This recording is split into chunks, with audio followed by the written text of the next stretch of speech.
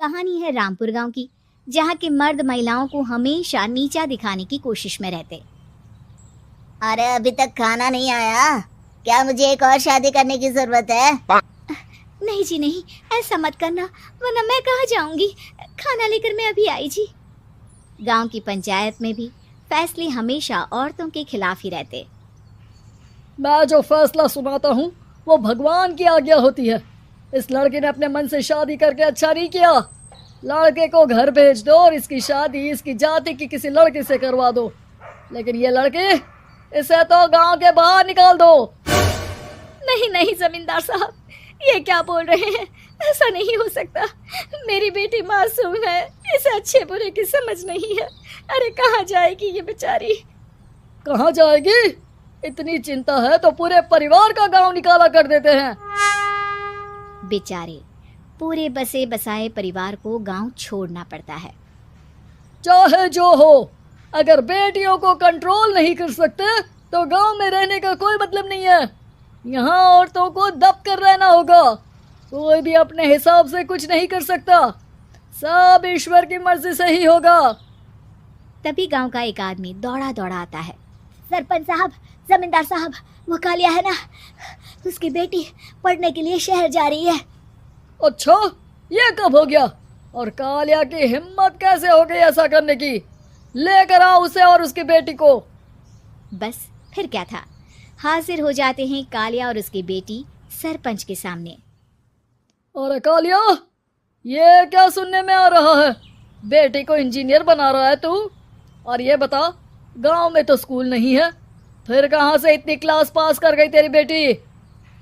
राधा, जो कि कालिया की बेटी है, उसे लगता है कि सरपंच उसकी तारीफ कर रहे हैं। सरपंच जी, मैंने ऑनलाइन पढ़ाई की है, डिस्टेंस लर्निंग से। सभी में मैंने अच्छे नंबर पाए हैं, जिसे देखते हुए शहर की इंजीनियरिंग कॉलेज में मुझे स्कॉलरशिप मिली है। वाह जी वाह, क्या होती है ये? पहले तो ये बताओ, फिर आगे की बात करते हैं। पूरा गांव राधा की बात सुन रहा था और राधा बोलती जा रही थी। तो ऐसे मैं फ्री में एक अच्छी शिक्षा लेकर गांव में जो कुछ परेशानियां हैं, जैसे बिजली, पानी और इंटरनेट जैसी समस्याओं के लिए काम करूंगी। मैं गांव को शहर से जोड़ने के लिए पुल का निर्माण करवाने का प्रस्ताव रखूंगी। मुझे पूरी उम्मीद है कि जल्द ही हमारा गांव भी तरक्की की राह पर चल पड़ेगा। राधा की बात सुनकर सारे गांव वाले ताली बजाने लगते हैं।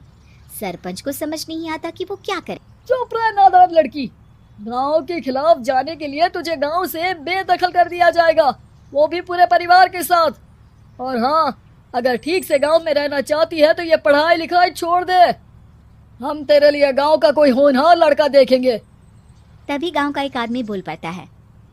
अरे नहीं नहीं सरपंच जी, राधा बिटिया जो बता रही है, अगर वैसा हो जाए तो हम लोगों को पैसा कमाने के लिए बाहर नहीं जाना पड़ेगा। हाँ जी, और ना ही कोसों दूर पानी के लिए भटकना पड़ेगा। हमारे बच्चे भी अच्छी पढ़ाई कर सकेंगे और आगे बढ़ेंगे, ना कि हमारी तरह खेती करते बैठेंगे। क्यों गांव वालों, राधा बिटिया का साथ देना चाहिए ना। सरपंच देखता है कि गांव राधा के साथ है तो वो चुप हो जाता है। वो घर आकर अपने सलाहकार से बात करता है, जो बहुत ही चालाक किस्म का इंसान होता है। अरे सरपंच साहब, आपको बहुत ही होशियारी से काम लेना पड़ेगा। एक बार गांव तरक्की कर गया, यहाँ के बालक पढ़ लिए तो कोई ना पूछेगा आपको। और फिर ये जो बेटा और बेटी है ना आपके, इनको भी आम लोगों की तरह ही जीवन जीना होगा। हाँ, लेकिन करे तो क्या करे? वो ना आप मुझ पर छोड़ दीजिए, बस मैं जैसा बोलूं करते जाइए। अगले रोज सुबह जब गांव वाले सोकर उठते हैं तो राधा के घर के बाहर और साथ ही वो लोग जिन्होंने राधा का सपोर्ट किया था, उनके घर के आगे लाल रंग से कल आऊंगी लिखा होता है।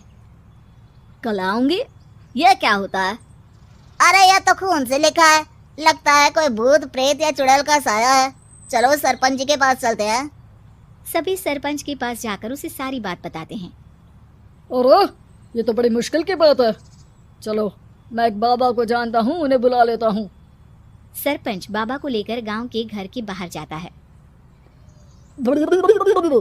ओहो, तो ये वो चुड़ैल है जो उन लोगों को निशाना बनाते हैं जो गांव को बदलने का सपना देखते हैं। वो गांव को ऐसे ही संपन्न देखना चाहती है। वो नहीं चाहती कि कोई बाहरी यहाँ का कायाकल्प करे। क्या तुम लोगों में से किसी ने गांव को बदलने की सोच रखी है? तभी राधा की माँ रोते रोते आती है। मेरी राधा घर से गायब हो गई है। अरे कोई तो बचाओ, मेरी बच्ची कहाँ गई? ले गई वो चुड़ैल, तेरी बच्ची को ले गई।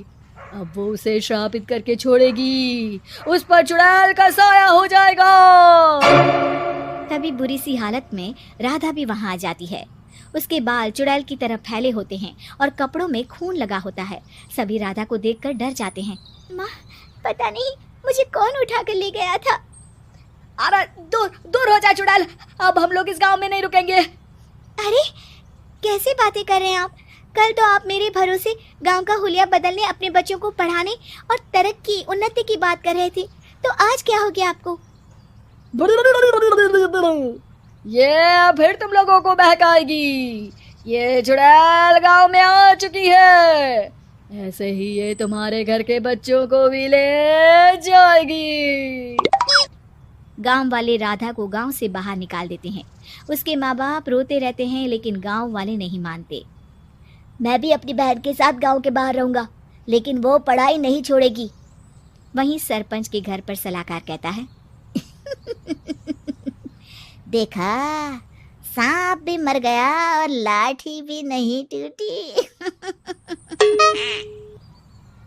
लेकिन अगले ही दिन सरपंच के घर के बाहर भी वही शब्द लिखे होते हैं। और फिर सरपंच की बीवी कहती है, हमारी बेटी को किसी ने अगवा कर लिया है। तभी राधा का भाई वहां आ जाता है।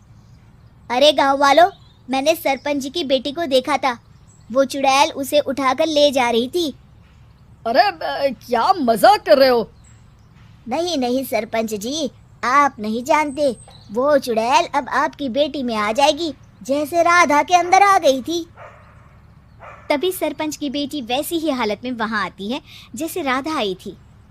पापा, पता नहीं कैसे मैं गायब हो गई थी। चुड़ैल, इसके अंदर भी चुड़ैल का साया है, मारो इसे। अरे नहीं नहीं, इसे भी राधा के पास गांव के बाहर ही भेज दो। अरे चुप रहो, मेरी बेटी कहीं नहीं जाएगी और चुड़ैल वुड़ैल कुछ नहीं होता है। अरे कैसे बात कर रहे हो सरपंच जी?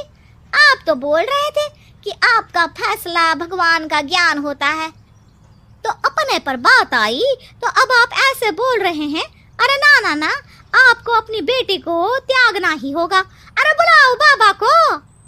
राधा का भाई बाबा को ले आता है, जिसे अब गांव वालों के डर के कारण सच बोलना पड़ता है। मैं कोई बाबा नहीं हूँ, मैं तो मोची था। ये सलाहकार महोदय ने मुझे कहा था एक्टिंग करने को। वो मुझे पैसे देने वाले हैं। अब मुझे माफ कर दो। गलती हो गई, मुझे माफ कर दो। तभी वहां राधा आ जाती है।